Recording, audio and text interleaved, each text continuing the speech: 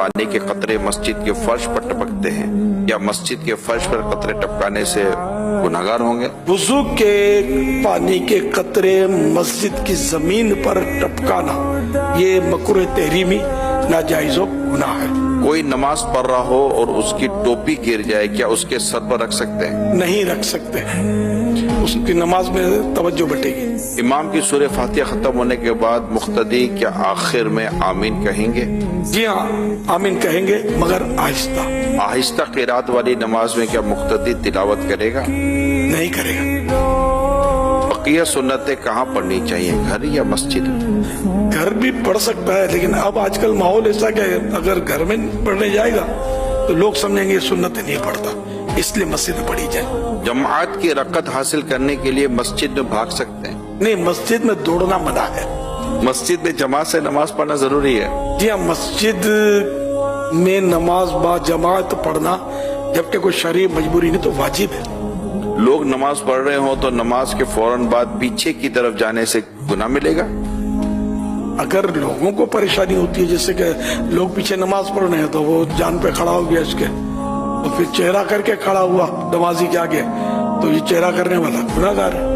اور ویسے ہی جان پر کھڑا ہو گیا کہ جلدی سلام پھیرو تو نکلوں، نمازی کو بھی پتا ہے کہ یہ نکلنے پر یوں کر رہا ہے، تو یہ بھی ایک تشویش میں ڈالنے والا کام تو ہے نمازی کو۔ تو نارمل ہو کر پیٹھ کر کے نمازی کی طرف بیٹھ جائے، چہرہ کر کے نہ بیٹھے۔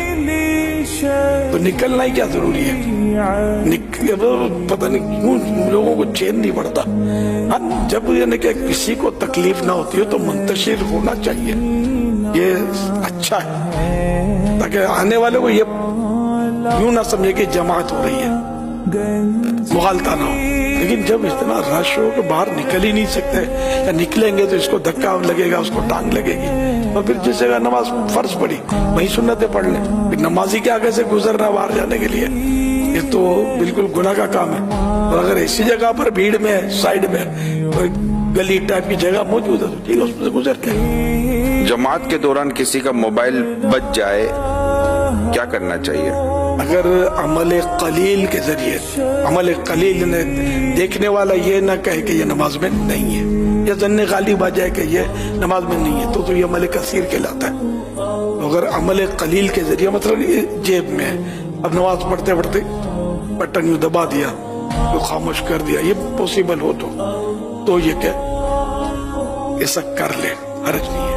سائیڈ کی جیب میں سائیڈ کی جیب میں ہو تو زیادہ تر نہیں ہوتا، رکوع سے اٹھے سمع اللہ لمن حمدہ، یوں تو بات، لیکن یہ ہے بہت مشکل۔ کوئی بھی عمل قلیل کے ذریعے یہ جی ہاں، عمل قلیل کے ذریعے، تھوڑا عمل، کثیر من زیادہ عمل، زیادہ عمل یعنی عمل کثیر کی تعریف یہ ہے کہ دیکھنے والا یہ کہے کہ یہ نماز میں نہیں ہے، یا اس کو ظن غالب خیال جم جائے یا نماز میں لگتا نہیں ہے یہ، جس سے آپ بھلے ایک ہاتھ سے کریں، یوں کر کے یوں بند کریں، دیکھنے والا یہی سمجھے گا کہ یہ نماز میں نہیں ہے، تو پھر نماز ٹوٹ گئی۔ اگر عمل قلیل کے ذریعے بند نہ ہو سکے اور آواز ایسی ہو کہ سب کو ڈسٹرب کر رہی ہے، ہاں تو نماز توڑنی پڑے گی، عمل کثیر کے ذریعے بھی کرنا پڑے گا۔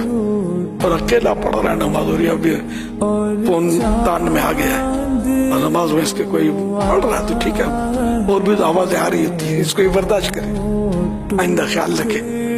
اس میں اگر آپ یہ مشورہ دے دیں بلکہ تاکید کر دیں کہ موبائل فون میں اول تو میوزک ہی نہ رکھا جائے، وہ تو ویسے ہی شرعاً درست نہیں ہے، یعنی موبائل فون سائلنٹ کر کے نماز پڑھے، لیکن اگر میوزک رکھتے ہیں اور کوئی خدا نہ خاصا گانے کی اس طرح کی ٹیون رکھتے ہیں تو پھر جو مسجد کے اندر جو تماشا ہو رہا ہوتا ہے نا، اللہ کی پناہ۔ تو ایک تو یہ کہ اپنے آپ کو بھی اس گناہ سے بچائیں کہ اپنے موبائل فون کے اندر رنگ رکھ لیں، جیسے بیل ہوتی ہے جس کے بارے میں اب اندازہ ہے کہ یہ کوئی میوزک نہیں ہے، اس طرح، اور توبہ بھی کریں۔ اب تک اگر میوزک سنا ہے اس کا تو دوسروں نے بھی سنا آپ کے وجہ سے، یہ نہیں سمجھتے۔ میرے سنت نے بڑی پیاری بات ایک دن شاید فرمائی تھی کہ یہ جو موبائل بجتا ہے نا تو یہ موبائل والے کا تعارف ہے، انٹروڈکشن ہے اس کا۔ دیکھو نا، ایسا شخص جو میوزک کا شوقین ہے لیکن اگر اس میں سے گالی کی آواز آئی ہے، یہ بولے گا آپشن نہیں، کیا کروں، ماں بہن کی گالیاں سنتا رہے گا، کبھی بھی نہیں سنے گا، انڈرسٹوڈ ہے۔